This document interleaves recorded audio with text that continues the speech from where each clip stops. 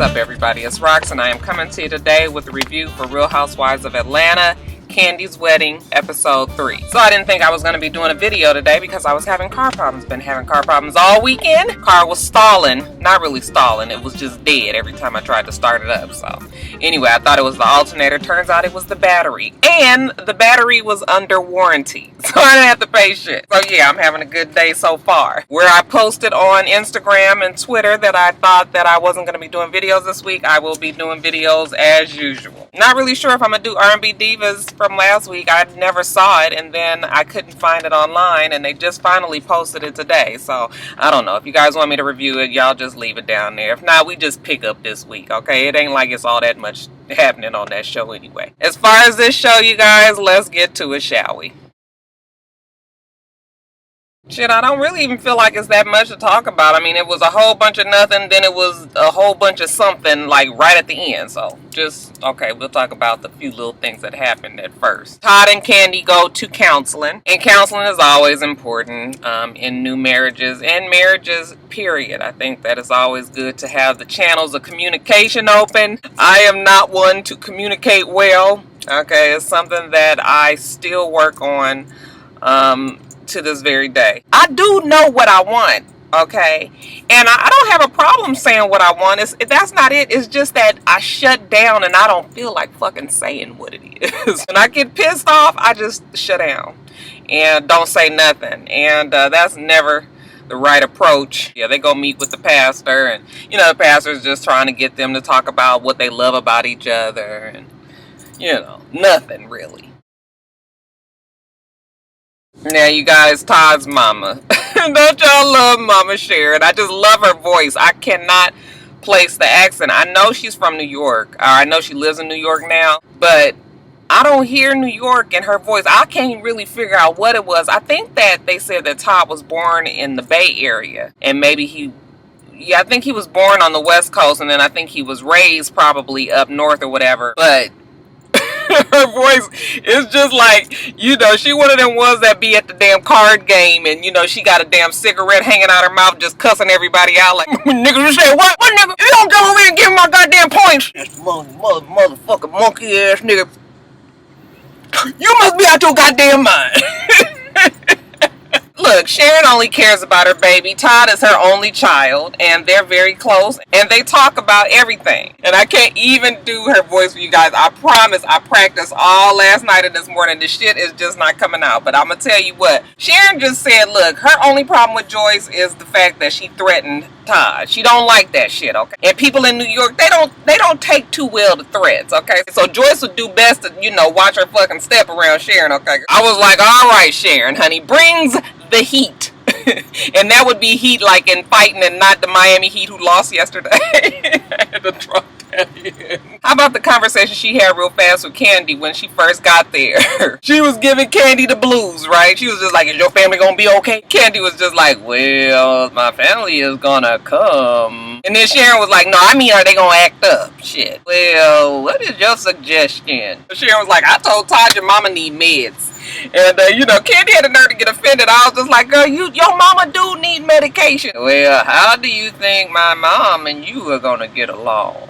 Sharon was just like, look, your mama's the one with the problem, not me. Sharon was crunk from the beginning, okay? She was just like, bitch, bring your mama on, okay? You know, then Kandi started looking real pitiful and not really knowing what to say and uncomfortable. And then Sharon was just like, all right. I'm not gonna jump all over you, okay? Give me a hug, okay? She was just like, po thing, all right. Y'all go on and get married. Oh, this po child can't even stand up to her mama. Y'all, is it Tan or Tam? They call her Tan on the show, but I know her name is something like Tamara or Tamara or something like that. But whatever, y'all. I told you guys from the very beginning that I didn't like Tan, right? Okay. I still don't. And this show really confirmed it for me. I already said it. She's a brown noser, okay? She just gets on my nerves. It all makes sense that Carmen and Tan are not really good friends, that they're only friends through a connection of Kandi. The cake tasting, nothing really happened there, you know, it was just whatever. As far as Tan and old boy going to Rico Chappelle's shop, listen, y'all, I got a problem with old boy being a damn bridesman. I mean, why the fuck he just can't be a groomsman? I mean, it happens all the is the men, you know, they might pick a girl or two. It might be their sister or their cousin, you know, to be a bridesmaid. And the same for the bride to, you know, just put one of her friends or cousins or whoever over on the groom. Well, I don't understand what the fuck this whole bridesman is. So what the fuck, is he gonna be wearing a dress too? Y'all know how y'all motherfuckers do out here, you know, with all this cross dressing shit. I can't understand it. Yeah, it gets on my nerves, and I'm real liberal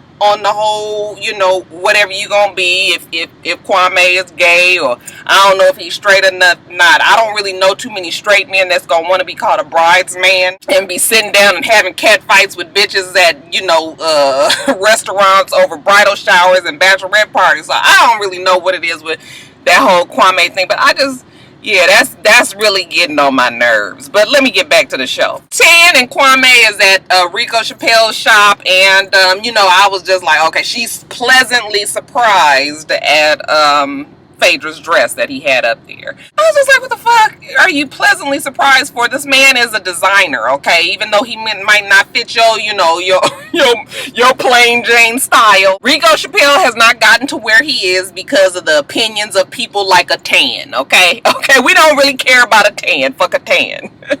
I will admit I was a little concerned, you know, that this dress wasn't put together, you know, Kandi's wedding dress. Now, I'ma just hope that it was because of the show. You know, they didn't want to show her dress already because it was so much going on. We already know what it looks like now, but, you know, there was so much. Maybe they was, you know, for the sake of saving the surprise to late, maybe they just acted like the dress wasn't that, you know, that far along. But, you know, because all these little chunks of netting and, you know, little piece of beading here and, you know, this one little piece of ostrich feather, nigga, you got to come a little bit more correct than this. Like I said, I got some faith in Rico. He is a designer, a known designer, at least here in Atlanta, so hopefully he got his shit together. They go to this place called Boogaloo's, and it's so funny. By coincidence, me and my girlfriend Simone was just there a couple of weekends ago. Y'all, hood, okay? Actually, it's not hood.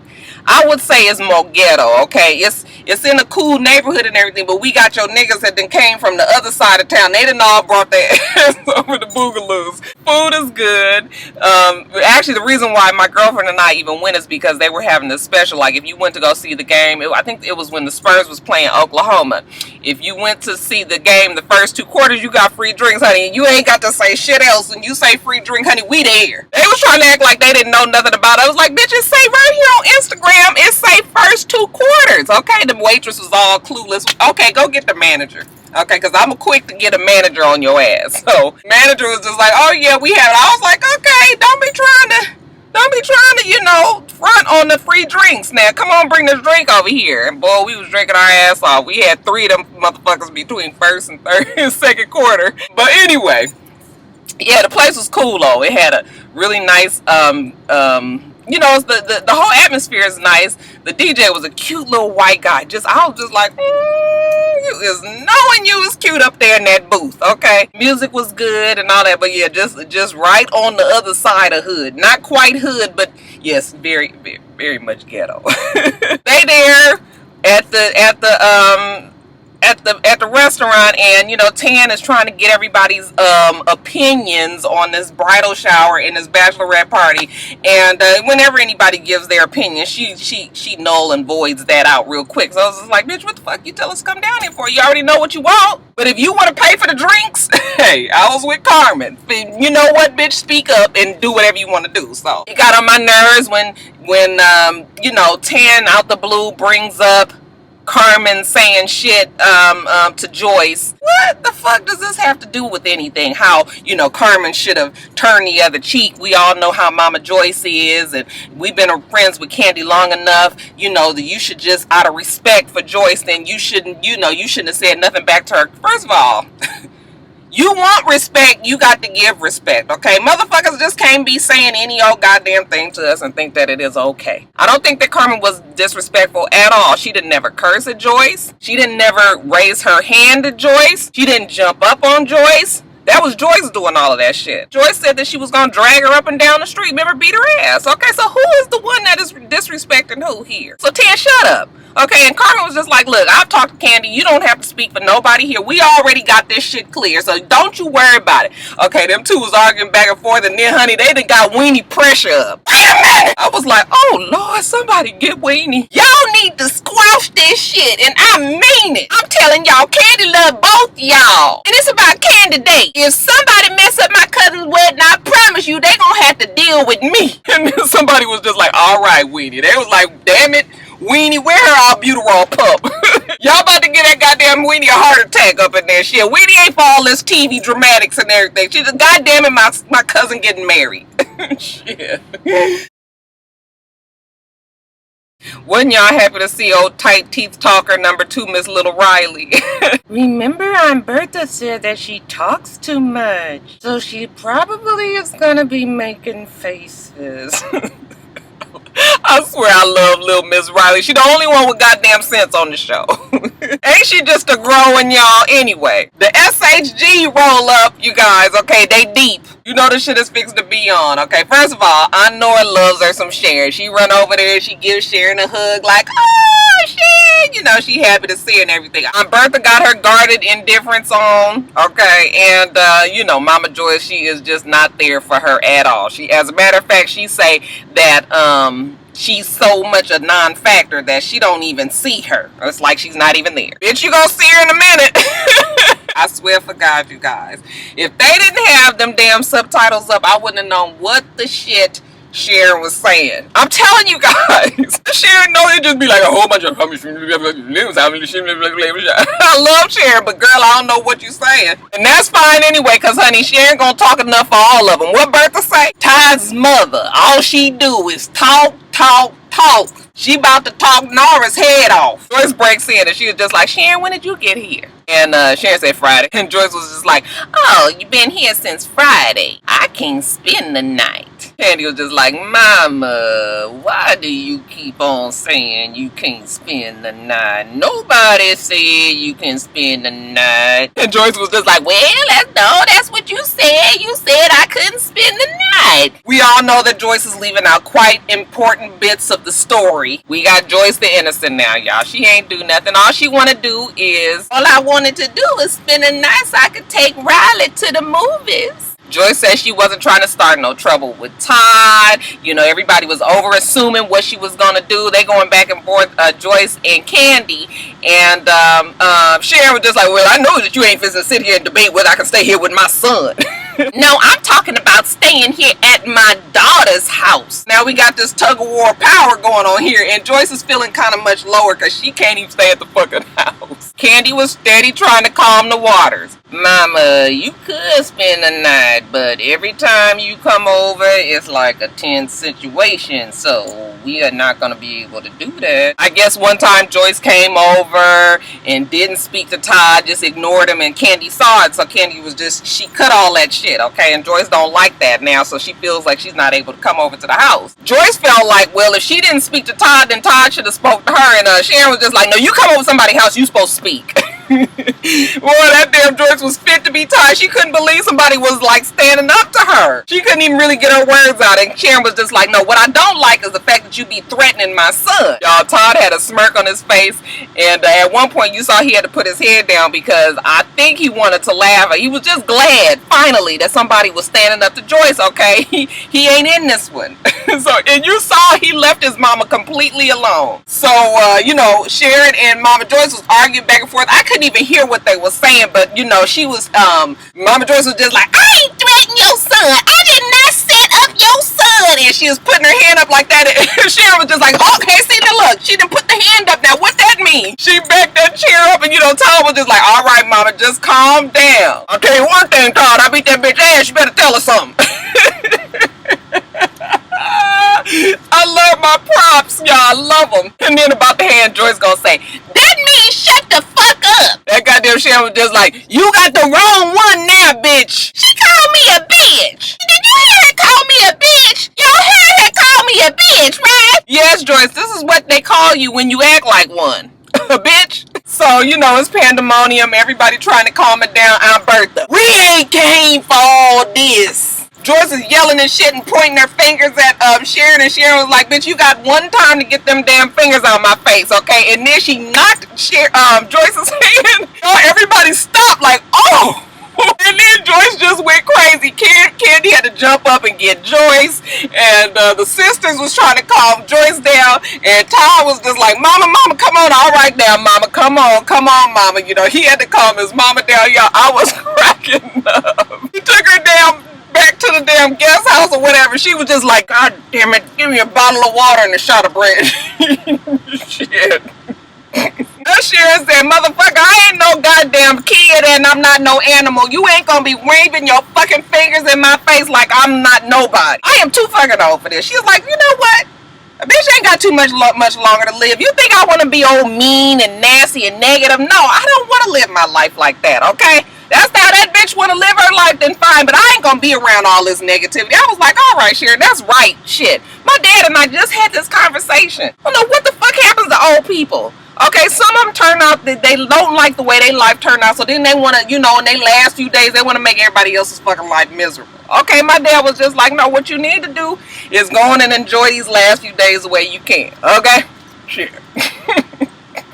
Now, this whole time, Joyce is upstairs trying to explain her side of the story. You know, I ain't set Todd up. I just said that if he was out somewhere at the ultimate, that if it was with somebody, I would pay double for that. I don't care if you paying double or triple or what. That's just a whole mean ass. What mother-in-law tries to do shit like that in the first fucking place? Then here come Bertha with the sexual chocolate moment of the night. Well, it could have been a scheme that Todd set up for him to come to you with the bullshit. That goddamn Bertha turned around. She spun that chair on their ass and jumped up like, bitch, I said that shit. Everybody was just like, what? Goddamn it, Weenie had to get their ass together the other night, and now here go on Bertha. She had to get them together, okay, like mother, like daughter. All I want is for Kandi to get married, have some babies, and leave me the hell alone. Bertha's over it. But after Sharon calmed down, she come on back in the house, and you know, Bertha's trying to tell her what she shouldn't have did and what Mama Joyce shouldn't have did and all of that. And you know, Joyce, she was still mad. Hell, if you're gonna call me a bitch and shake your finger, then I want to call you a bitch and shake my damn fingers. And we just be two bitches shaking damn fingers. I was like, oh, okay, Joyce. Sharon, to me, she just went on ahead and tried to defuse it, apologized for calling the lady a bitch. Okay, I didn't really think she needed to do that, but hey, if she felt better doing it that way, then fine. They all sort of agreed to, you know, forgive and try to start over. At least everybody but Joyce, okay? That damn Joyce is so fucking mad. She just got this sour face. And then Todd, just to twist the knife that one last time, he was like, hey, baby, did you tell him that, you know, Kandi's pregnant? So everybody was just like, what? And, you know, Kandi was just like, no, we not. Joyce was not there for the fucking game. She was like this the whole time. It don't feel too good when somebody come back at that ass, huh, Joyce?